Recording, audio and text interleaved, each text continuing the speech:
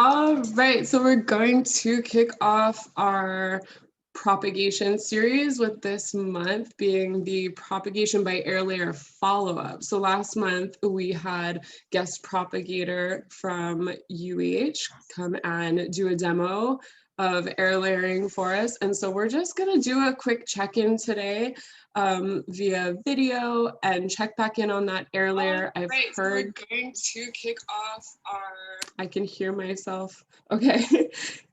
So we are going to check in on that air layer. I've heard it looks amazing already. So that's really encouraging for those of us that might not have done air layers before, or it's been a long time, like for myself.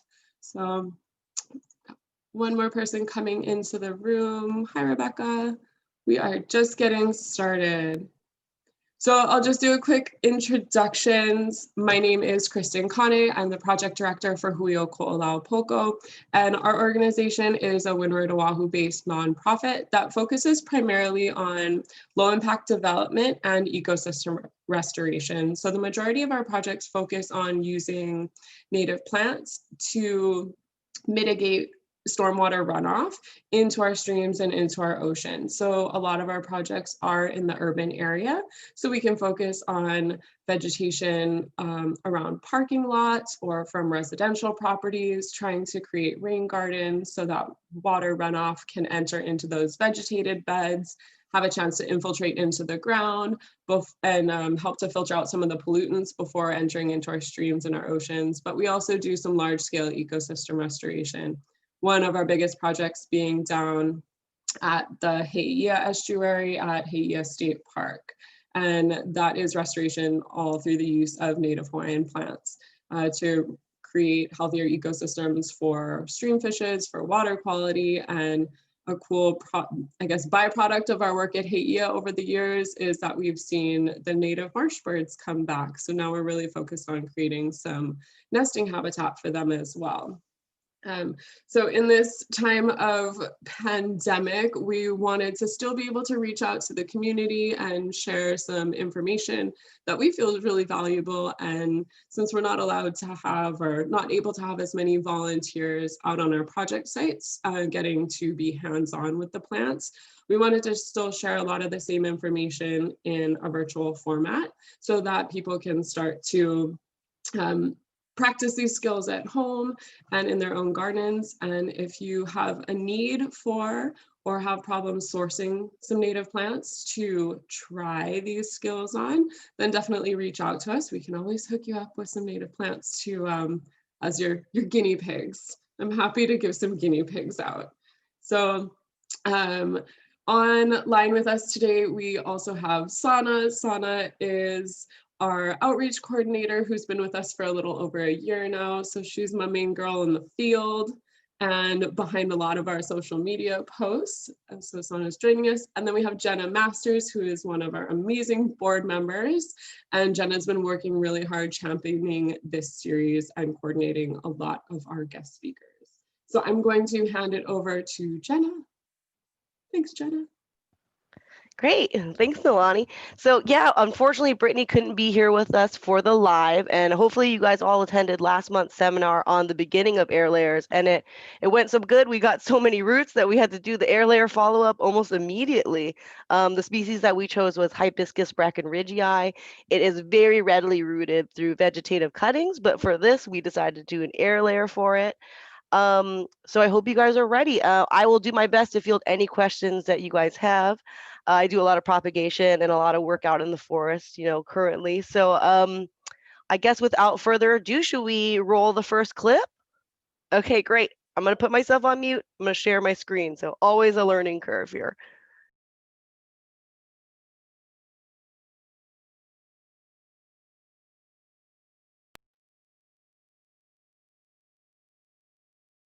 Hey guys, so it's been about a month since we've installed these air layers. So throughout the last couple of weeks, I've been kind of checking on them just to see the root development process. But today we're gonna do the grand unveiling and see if it's ready to actually collect. So this is the one that we did early in November. So we'll just peel back the foil. And as you can see, we've got a decent amount of root development. So looking at this, I would say it's ready to collect. So a couple of things that you want to consider when you're looking at your air layer and seeing if it's ready to cut off is you want to see how the roots have developed. You don't want to have just like a few roots here and there. You want it to kind of have some roots growing throughout the entire air layer. The best time to collect your air layer would be earlier in the morning when it's relatively cool. You don't want to really collect anything peak noon when it's super hot and you can see some signs of drought stress. So if it's your first time checking an air layer, you might be asking yourself, well, how do I know if those are actually roots in there and if it's ready to collect? So for the most part, roots will be a lighter color, kind of a cream color, and they'll be somewhat firm to the touch. So if you aren't too sure, what you can do is kind of feel around gently into the moss and see if you kind of feel something firm. It'll be a bit different than the actual moss itself. This is when it's important, I think, to use a sphagnum moss that isn't filled with a lot of sticks and twigs, because oftentimes you might be feeling around and looking and think, oh, those dark lines that are actually twigs might be actually roots, but it's not. Sometimes what can happen is you don't have any root development. If that's the case, and the upper part of your air layer still looks healthy and green and it's actively growing, just leave it on there and then check back in a couple weeks or so. In the case that your upper part is starting to die, it's completely dead, it could have had like some sort of fungal infection. In that case, I would just remove it right there. So we see some roots here. It's actively growing and green, so we'll actually collect this today. So what we'll do is get our clippers, and as always, we always sanitize with alcohol just to protect the plant. And we're gonna cut below. So you cut below the bottom portion of your flagging. Then we get our bag. Kind of depending on how far you gotta travel, maybe you're air layering something on the other side of the island, you gotta come back home. You actually wanna keep your bag, put a bit of water in there to maintain humidity, because you don't want the upper leaves to dry out. It can affect the success of your plant. Put it in your plant, seal up the bag, and then head back to your greenhouse, nursery, or backyard.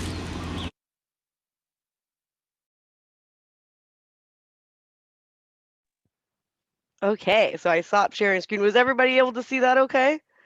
Sorry, we had some mopedists driving by while we were doing the video. Like airplane or moped? Right, it was a very loud moped. Too funny.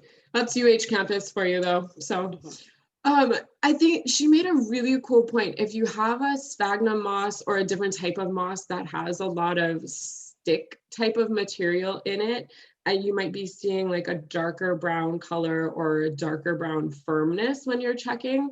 But the root color, I think, is really key because roots are gonna be a whiter cream color, right? So that's kind of gonna be the good or the giveaway of root versus stick or stem, right? You'd be really surprised because the roots are really that creamy color and they are very fragile at this point. So you have to think, they're still feeding off the mother plant. They're brand new. A lot of times they're not going to be hardened, they're not going to be darkened, they're not going to have the same type of root hairs or those masses that are able to absorb those water and nutrients like a fully grown plant that's in the ground. So they are very fragile and it is very cool to watch them. And as we watch a little bit more, you'll definitely start to see, we'll get a closer look at the roots. We've got some close-up pictures in there as well. I think they look like the new roots remind me of bean sprouts. It's kind of that color. They are that fragile. They can just snap super easily. That just like popped into my head. Karen, Rebecca, do either of you have any questions?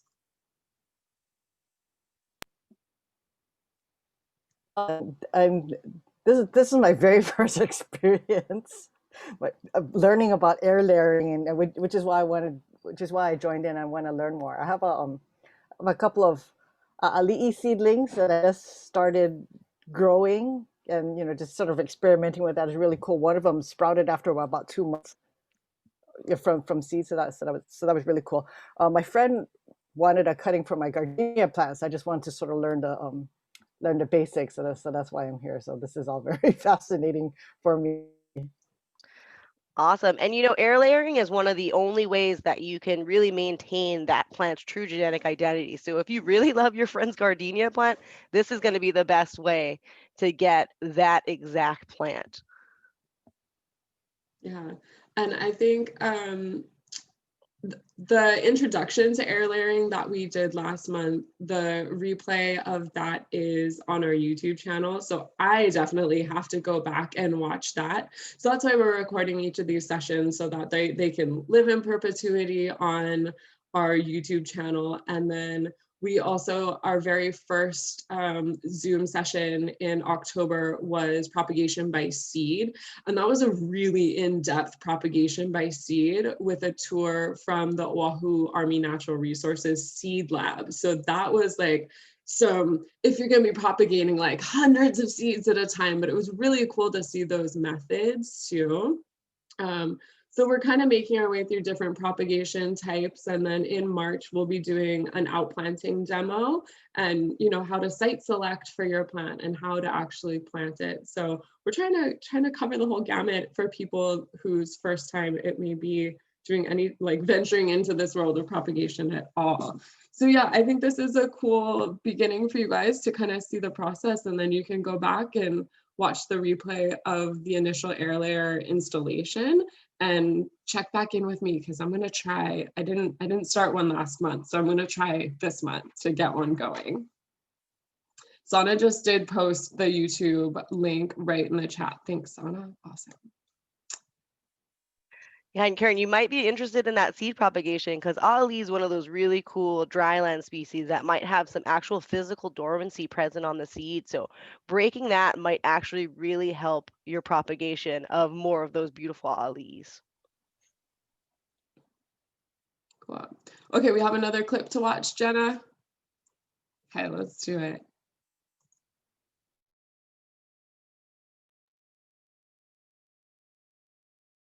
So here we have 3 different levels of rooting development. The first one is the best rooted of all 3. You've got decent root development through the entire air layer. If you see something like this that you've installed, go ahead and collect it. This would be a great one. In the middle, you've got something that's about 50% of your roots from the first one. If this is on a tree that is maybe hard to get to, meaning you got to hike pretty far, or it's across the island and you can't get there as easily, I would say go ahead and collect it. But if this is something in your backyard, your neighbor's yard, 5 minutes away, it's easy for you to get to, I would say wait like a week or 2 and check back and see if it has better root development. Not the end of the world if you collect it as is. On the very end of the spectrum, we have this one here. It has a few roots here and there, not a whole lot. When you compare the two, it's like night and day. Something like this, I would advise to leave on the tree until you have better root development. Yeah, it'll just increase your chances of success of this tree living.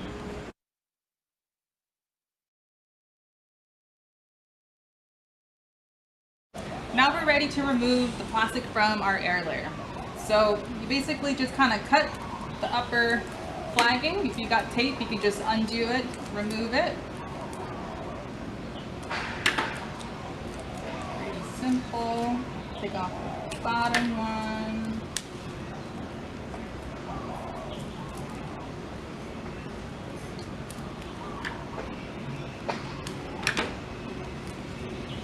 And then go ahead and peel off that plastic. It should come off pretty easily. You shouldn't have any issues on removing it. Then what I like to do is go ahead and stick this air layer in a pitcher, a bucket of water, just to kind of rehydrate the moss, and it makes it easier to remove. There's a couple of schools of thought on whether you should keep the moss on and plant it as is, or removing it. Personally, I like to try to remove as much of the moss as I can without damaging the roots, primarily because I kind of feel you don't want to have that much moisture around the base of your plant and around the roots. It could potentially lead to root rot and cause issues down the line. Other people think that keeping the moss on could increase the acidity and change the pH of your soil, which would directly affect your plant. But other people, they like to leave the moss on, plant it as is. I think the key for removing moss, if you're choosing to do so, is to do it as delicately and as gingerly as you can. You really don't want to break off roots because they are pretty fragile. One way you could do that is to get some tweezers or really fine pointed chopsticks and just sort of take your time and kind of peel off that moss. Don't really force it, and kind of go with the grain of where the roots are growing. Don't try to rip off the moss because you could break the roots. I find it useful to cut the bottom of your air layer.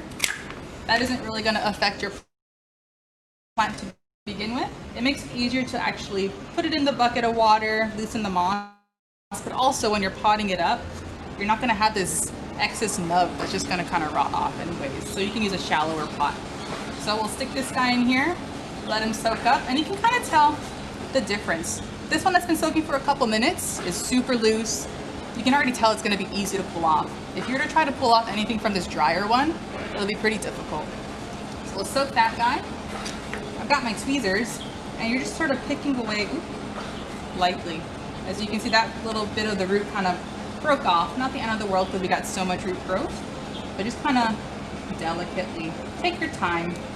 Don't rush it. So sometimes if you're pulling and you find a bit of resistance, it could be that the center part is a bit dry.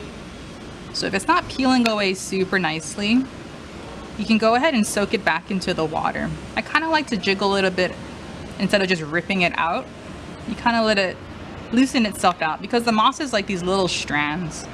So just take your time, be as gentle as you can. And if this process makes you uncomfortable or you just don't feel that you want to do it, by all means, just plant this as is.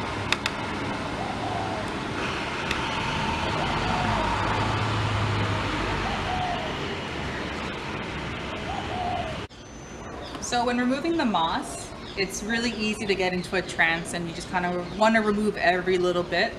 But the more rooted that your air layer is, the more difficult it'll be, and you run the risk of damaging your roots. So something like this, I stopped here because it became difficult to pull out the moss. I didn't really want to damage the roots that were here. So something like this, I would pot as is. Something that's not as rooted is really easy to remove the moss.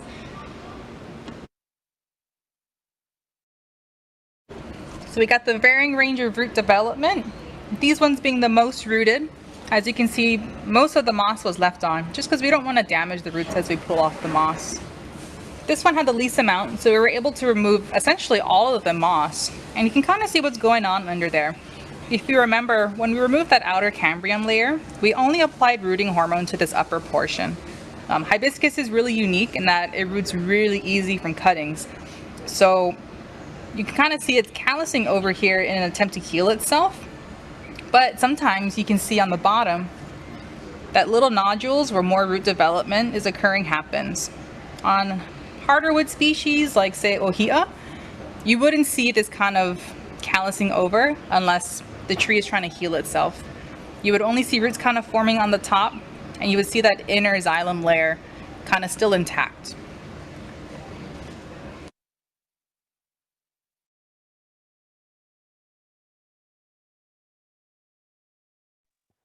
Okay, that was kind of just an in-depth look at, the roots, what the roots look like, how to deal with that sphagnum moss, how to remove it from the tree. So I always think it's pretty cool. I'm kind of a plant nerd, so I get real into it as I'm watching it.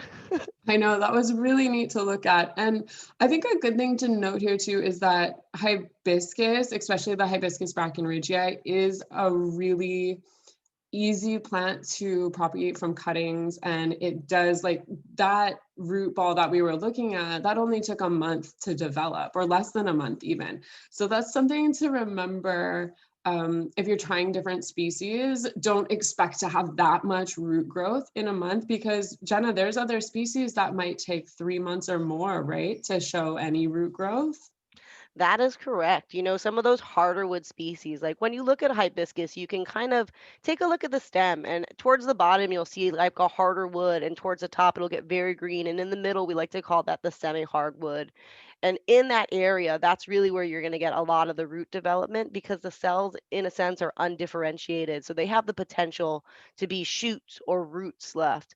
So when you're working with a harder wood species, especially with older trees, a lot of the times when you make that cut, when you do remove your air layer, you might just get a few roots, right? And we do this a lot with like very hard to propagate species for vegetative cuttings, or something that we want a genetic clone of. So you're not going to see that regrowth. And so there are some trees that grow pretty quick, and this will be pretty common for more of the softer wood trees, things that grow relatively quickly, have shorter lifespans. But some of those really hardwood species, um, you might not even get roots at all, and so you could have minimal success rate. And it is important to just continue to try. Don't give up on yourself. For example, I've been out in the field trying to air layer olipua for probably a couple months now, and I have gotten a little success. I get a little bit closer every time, and then sticking with that Sharpie thickness is usually a good measurable bet. But sometimes you might have to go a little bit thicker than that as well. Interesting. Okay. And then I had a question. If you do decide, maybe like I'm just too scared to damage roots and I just want to leave that whole sphagnum moss ball on there. Lindsay was talking about potentially too much moisture and leading to rot. So is overwatering after, if I was to just put that in a pot, would I have to be careful not to overwater the plant because of rot, because that sphagnum can hold so much extra moisture? So how do you kind of balance that out? Yeah, so if you are scared to remove the sphagnum, and it is very scary, especially if you're working with something, you finally got roots, you're really excited about it. Typically, you could overwater a plant, but that's kind of just a general thing, right? So Brittany in the next kind of talk is going to go over, when's the best time to water a plant. And typically it's like if you pick up the pot and it is light, right? That usually means that you're looking for some water. And take cues from your plants as well. If you're looking at the leaves and they look a little wilted, that usually means it's probably about time for water. Some of the biggest concerns that I have with the sphagnum moss, as I talk to some other propagators, is that changing of the pH, so the balance of the soil, the acidity levels of that. And so if the roots do not escape that, and then also too, you kind of have grown roots in this shape here, and usually they'll continue to grow in that shape. And so when you release some of the sphagnum moss, it actually gives the roots the ability to expand and fill that whole pot and kind of avoid what we call a root bound plant, which is kind of just grows roots in the specific shape that it's in, right? Because really, ideally, when you plant a plant into the ground, you want it to reach, you want it to spread. A lot of the times the roots will match the canopy. And so as big as your canopy is, that's how big the roots spread out. Very cool, very cool. Yeah, I think that's so important to know that the plants will kind of continue to grow in a certain shape and become root bound. So even sometimes if we're out planting plants at project site that are root bound in their little 4-inch pots, we do quite a bit of manual work to kind of loosen up those roots and separate them and spread them out before they go into their, I guess, final home in the ground at a project site. Because otherwise you just don't see them really thriving as quickly as a plant that you don't do that to. And I think people are afraid, they don't want to mess with the roots too much, but roots are delicate, but they can be pretty strong too and survive a little bit of handling. Okay, one more question, and stop me if I'm getting ahead of Lindsay and our videos. What happens if you leave a air layer on for too long? Like, I forget about it. I totally forgot I did that in my yard. I don't know. Well, a couple things could happen. It could continue to grow roots. It could grow too much roots and need more nutrients than the actual plant can provide. Either that or the moss can dry out a lot of the times. And so eventually, if you do leave an air layer on too long, your plant might die. So, and that'll be reflected in the top. And so if you go back out there and like, oh man, I forgot about this air layer, and your tops are still green, the chances are that it's still alive. But if your tops are brown, it might have developed too many roots. It might not have developed any roots. Or, a lot of times it can get, like what Brittany said, like a fungal infection.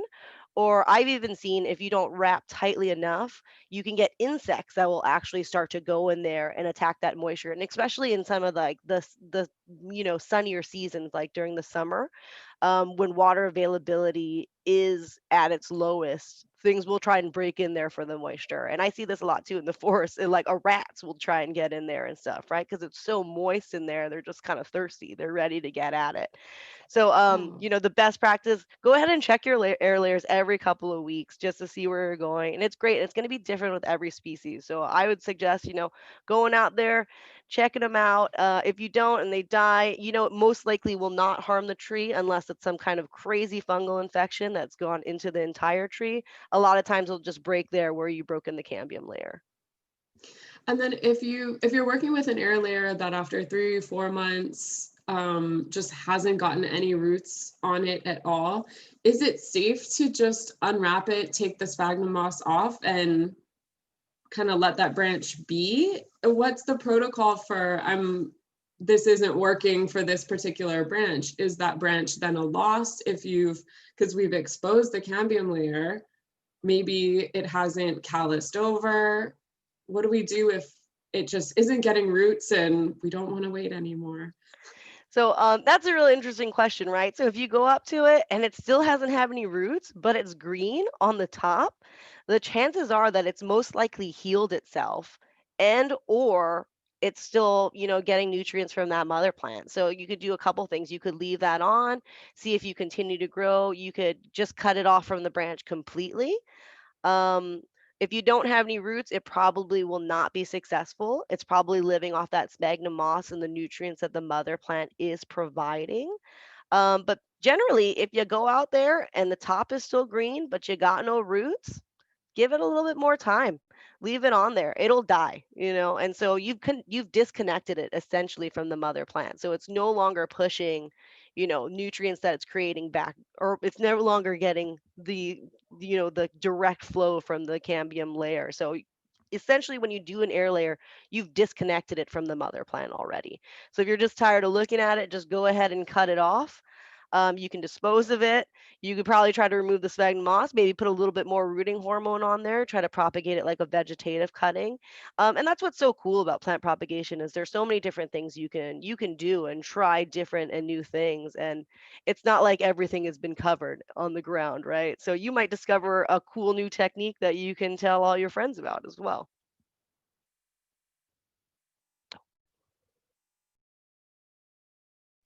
Oh, we're still muted. There I am. So Sana posted into the chat, we had a comment from Marty Kawasaki on the Facebook Live that you know, just that comment about how the roots of the plant can really reflect the canopy of the tree too. And she was like, oh, that's so awesome. But yeah, that is a great way to think about, you know, what is above is below and the interconnectedness of everything. Any questions from Rebecca or Karen here on the Zoom?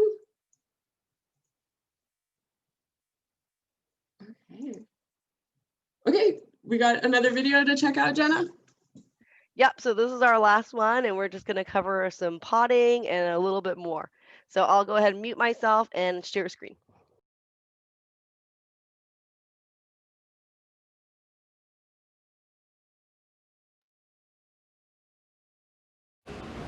So the next important step before you actually pot up your plant is to remove the leaves.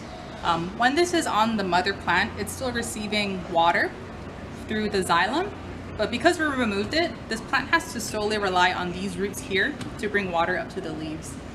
So we don't want to shock the plant and have it dry out. So typically we remove all the leaves except for maybe 2 to 3 sets on the top. So just kind of clip them off. If it's a healthy enough air layer, you shouldn't have to worry too much about the plant not having enough leaves to produce energy for the remaining of the plant.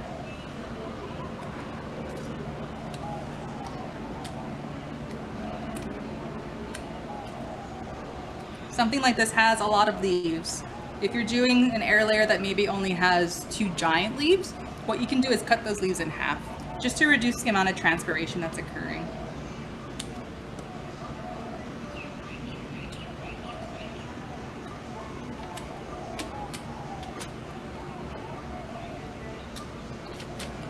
So if you were to cut the leaves in half, you would just kind of fold it over and just cut it.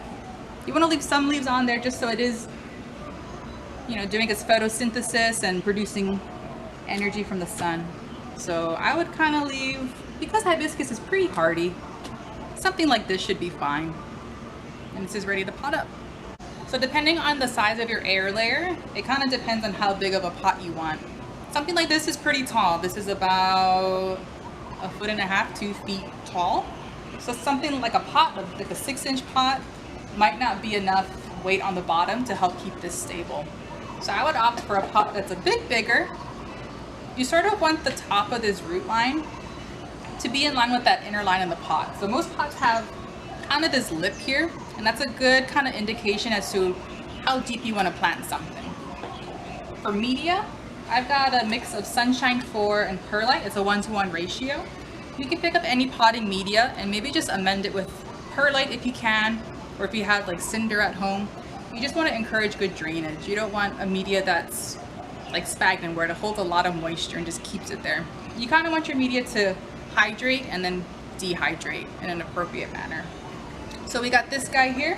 We're going to use this pot because of the height.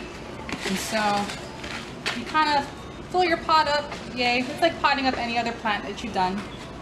And you want to be sort of gentle. You don't want to just jam this in and break the roots. So I put some soil in here, a little bit too much, empty it out, and kind of play around with the height. So that's pretty good there.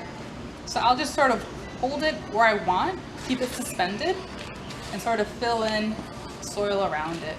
You can kind of jiggle the pot just to help the media settle. You don't really want to hard pack and be rough with it. You're not making cement or a foundation. So you sort of fill it around and kind of gently press it down just to bring the soil down. So if you have an air layer where you've removed a lot of moss like this and you're going to pot it up, what I like to do is keep it suspended and then gently kind of bring in that media. You can kind of like tap it to encourage that soil to fill in between the roots, because that can be kind of difficult because you do want to avoid pressing down. I think that's really important. Roots are pretty delicate and they're very important to our plants. So kind of tap gently and then sort of around that root structure, just sort of gently pack that soil, but not like jamming it in. Depending on what you're air layering, it's always good to keep things labeled. If it prevents confusion down the road, if you're doing conservation efforts, it's important to know where certain plants came from and to know what species it is. So for something like this, I would put Hibiscus brachyridgii. You can put it where you got it from, so University of Hawaii at Manoa Campus. You can put the date that we air layered it, so November 2nd, and then the date that we potted it up, December 2nd. So we got our potted up air layers. And when you're setting it in an area, you want to consider light levels. You want to avoid like intense direct sunlight. Something partial shade would be best until it's fully rooted into the pot. So over here we got shade cloth that's about 50%. It doesn't get a lot of gnarly direct sun. So this is the most ideal spot. After you've potted it up, you found a good place to put it, you want to go ahead and water it in. Mind you, the media that we packed these air layers in was pre-moistened, but it wasn't dripping wet.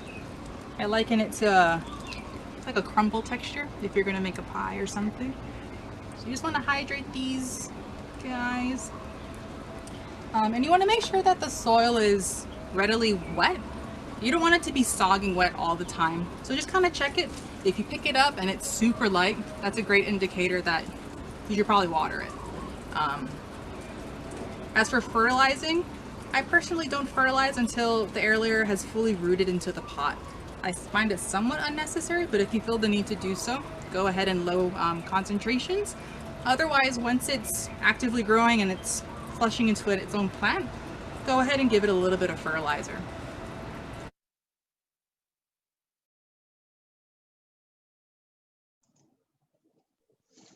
Okay, we're back.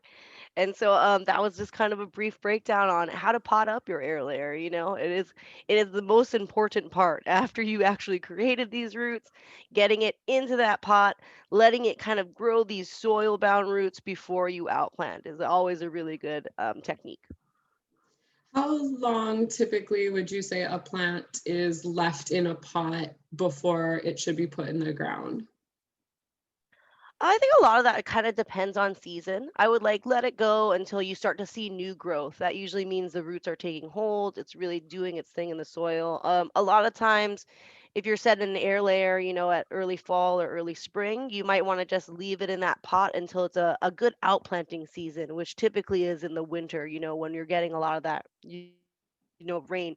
So you wouldn't want to necessarily outplant in the middle of the summer unless you're going to be able to water it pretty constantly. Right. I really love that Lindsay highlighted the inner line of the pot, because I think it's something that a lot of people don't realize is that that inner line on the pot is a great indicator for how much soil should be in your pot, because it does allow you room to water adequately. Because if you're filling your soil all the way up to the edge of that pot, when you water, you're losing soil, but you're not getting as much water probably as your plant needs. So it allows you a little bit of space. And I think that potting lesson too is a great lead in to our next January series, which will be on taking cuttings and potting cuttings. So we'll kind of skip over the air layering portion of things and we'll go directly into potting things right from a cutting from a tree and into a pot in the same day. So that's one of my most favorite ways of doing propagations, because it's nice and fast. And I know which plants love to be propagated by cuttings now. And I still like to try the ones that aren't so easy, but we keep trying. Yeah, absolutely. The vegetative propagation is some of the quickest ways that you can do it. It's really kind of like a plant doing its own work in nature. Just imagine if, a branch fell off and fell in a beautiful, nice piece of soil and it's able to reroot from that. And we do have a lot of species that can do that. Another really cool thing that I think Brittany pointed out was that when you plant your plant, you really want that kind of root level to be flush with that line and that soil top. So if you plant too deeply, you run the risk of doing stem rot. And if you plant too shallow, you expose a lot of those surface roots. So, as we kind of talked about the roots mirroring the canopy of the tree, a lot of those really receptive roots for water and absorbing are really at that surface layer within the first couple of inches of soil. So, if you don't properly bury them, they will not be able to survive. And vice versa, if you bury them too deeply, it'll actually negatively impact that stem, causing some stem rot and actually making kind of a girdle and almost removing that cambium layer, like how when we cut it off for the initial air layer. So that's a really good thing that I'd like to point out as well. Yeah, very interesting. Yeah, and I think we'll cover all of that type of stuff, planting too deep, too high, when we do our outplanting session in March as well. So yeah, do we have any last tidbits to cover, Jenna, or any questions from anyone that was joining us today? I've got no big tidbits, but I would love to give a shout out to Brittany. Unfortunately, she wasn't able to join us for the live, but she really was so awesome in demonstrating this air layer and very articulate. I was so stoked on her whole presentation and letting UH Manoa come to campus and collect some Brackenridgei. So thanks, Brittany, if you ever see this. Yeah, the Campus Arboretum is a really awesome place too. So I'm really glad that we were able to kind of showcase their program there and have Brittany on as well. Yeah, if you guys don't have any questions right now, but you think of something in the future, or you're going to go and try your air layer or try to collect it, if you've got any questions along the way, feel free to take some pictures and send an email over to me at nalani@huihawaii.org. And if I can't answer your question, then I will send it on over to Jenna and to Brittany as well. So I think I might have called her Lindsay a couple of times. My bad. So we'll get those questions to the right people if you guys are going to try this, and we would actually love to see your attempts at trying too. Successes, failures, what went wrong, what went great. We'd love to know and have some feedback from everyone as well. And I gotta kick myself into gear and get a few going in my yard as well. I've got a few little Hibiscus Brackenridgei that I want to try it on. Because hibiscus is another good one that can do well just straight from cutting. You don't need to air layer. So it's a pretty cool one. It's a very forgiving species that you can try an air layer on. So I think I might try on that one before I try on some of the more finicky plants in my yard.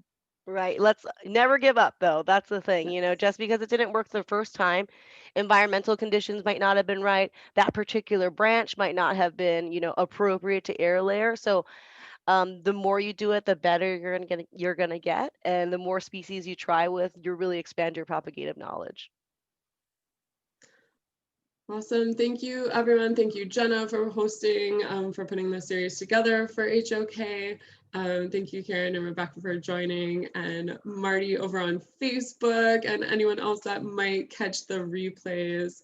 We're so happy to have you guys be a part of our virtual series, and feel free to reach out to us with any questions, and join us again if you can on January 9th on the same Zoom link for our Intro to Cuttings. Aloha, ahui ho, thank you.